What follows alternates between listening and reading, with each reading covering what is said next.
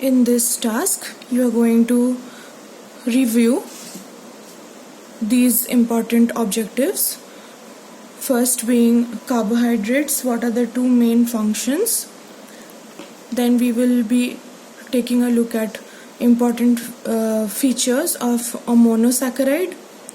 Under monosaccharides, we'll see an example of glucose, its structure and isomers, and some other examples of monosaccharides.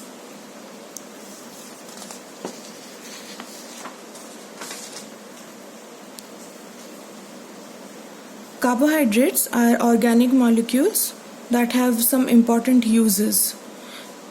In this page, I am showing you two important functions of carbohydrates. First being a powerhouse or a storage house of energy. The energy comes from mainly food like rice. Then we have some cereals like wheat, bread. These are some spaghetti sticks or noodles that you eat. These are all rich in carbs or carbohydrates. They are organic molecules, and first function is source of energy. The second function is the structural function. So carbohydrates also play an important role in plant cells. So they are mainly found in the cell wall of plants. Let me make it more visible to all of you. This is the cell wall, and the cell wall is made up of cellulose, as you know, which is carbohydrate. Now there are three different types of carbohydrates. The first being the monosaccharides, which actually form the building blocks of the other carbohydrates. The simplest carbohydrate, that is monosaccharide, they are the building blocks. Like I said, they build complex carbohydrates. Let's represent the monosaccharides as a hexagon over here. So similar building blocks together. So right now you can see there are two monosaccharides, and when they join together, this is one and this is the other. There are two monosaccharides, two monomers joining to form a disaccharide. Di standing for two and mono standing for one.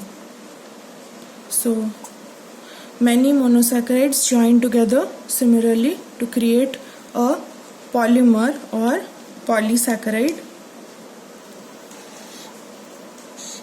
And here you can see there is 1, 2, 3, 4 monosaccharides joining together by 1, 2, 3 new bonds to form a polysaccharide. Poly standing for many, saccharide standing for sugar unit.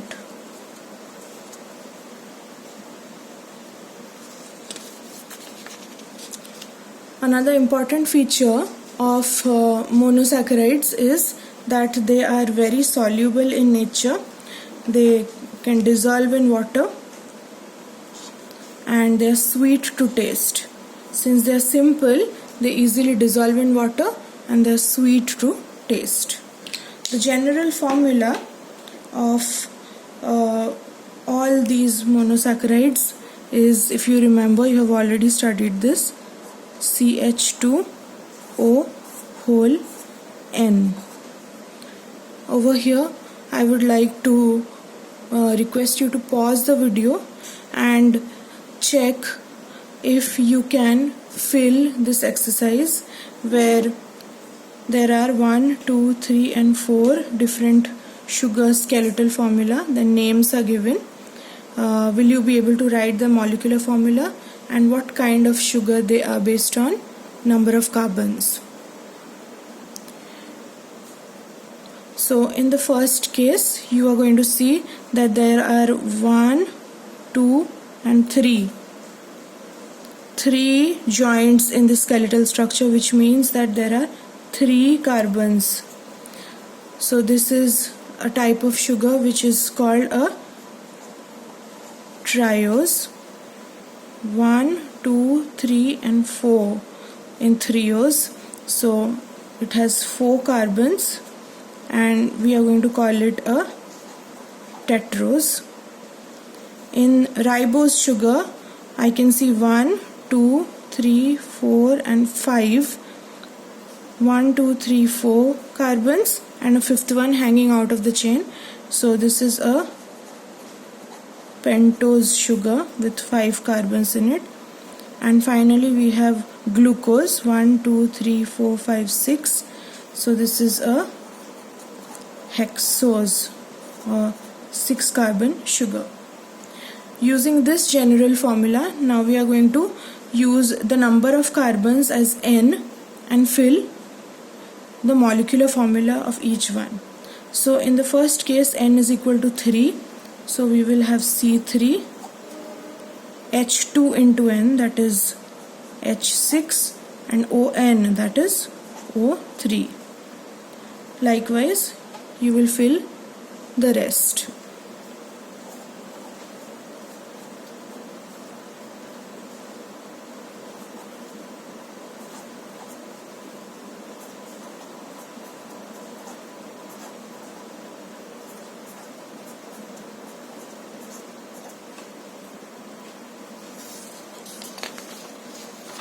Moving on to the next important feature of monosaccharides,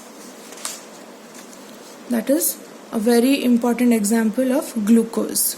Glucose can exist, as you can see, in 3 forms. One is the straight chain form, like a chain, the ring form, and there is a second way of drawing the ring where you don't write the carbons, you just show the carbons as the joints. So that is called the simplified ring form. Now coming to, if you can recall, what is the way of numbering the carbons? You need to know how to number the carbon in chain as well as ring form of glucose. If you remember, you start numbering the chain from the first carbon. You see 1, 2, 3, 4, 5 and 6. Here I want you to pause the video and see if you can tell how to number this ring.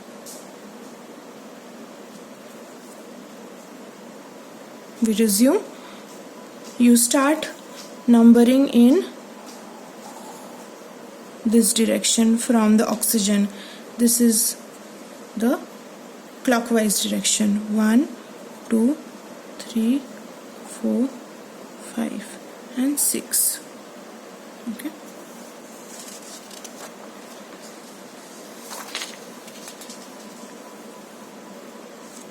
Let's now see if we can number this ring, and can you tell me where is C1?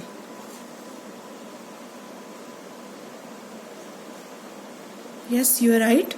This is C1.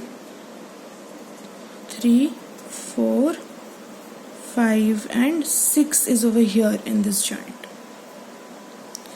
Now coming to 2 isomers. So isomers are the same molecule having same elements in it, and structurally they look the same, but there will be a small change in the arrangement of the atoms.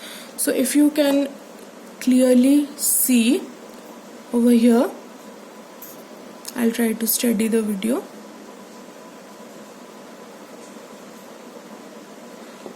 Glucose exists in different forms called structural isomers, and here you are seeing 2 different isomers. Can you tell which is the alpha and which is the beta isomer?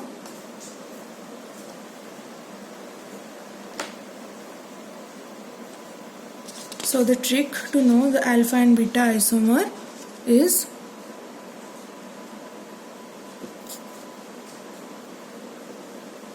in case of alpha isomer, the first carbon's OH or hydroxyl group, this is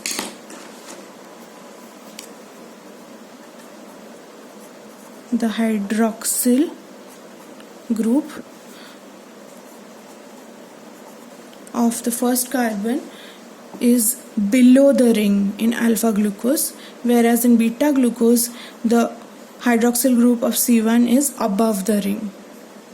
So this small change, and you can see that the rest of the ring is exactly the same, so they're structurally resembling each other, but only the OH group's position is either above the ring or below the ring. The small change in this structure actually affects a lot when you use these glucose as building blocks of bigger sugars or carbohydrates. So in different polysaccharides, depending on whether that polysaccharide is made up of alpha glucose or beta glucose, whatever building block has been used, the shape of the polysaccharide will change. For example, this is an amylose, and this amylose is made up of beta glucose. Okay, I'm sorry, this is made up of alpha glucose, whereas this is a straight chain of amylopectin.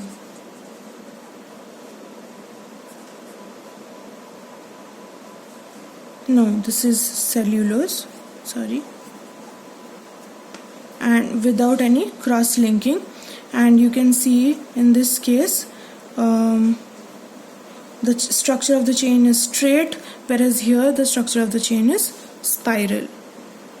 Okay,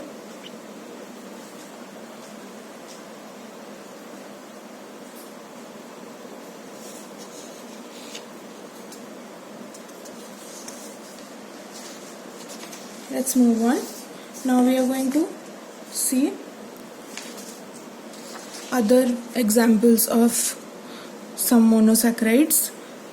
So some other important examples that you need to remember for exam point of view are fructose and galactose. So you have already studied, you can clearly see that both of them are in their ring forms. Fructose has 1, 2, 3, 4, 5. 1, 2, 3, 4 and 5 carbons, and 1 over here hanging out of the chain.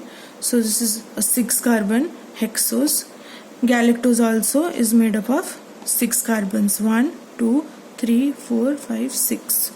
Okay, both of them are soluble, but galactose is less soluble than glucose in water. Fructose is mainly the fruit sugar and more sweet in taste than glucose, whereas galactose plays an important role in forming the cell's membrane and different structures on the cell membrane. Apart from hexoses, another important monosaccharide that you will find in genetic material, that is your DNA and RNA, are pentose sugars, ribose and deoxyribose.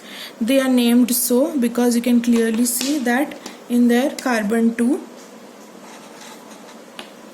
the carbon 2 is of ribose is associated with an OH group, which is a hydroxyl group, whereas here the carbon 2 has an oxygen missing, and hence it is called deoxyribose.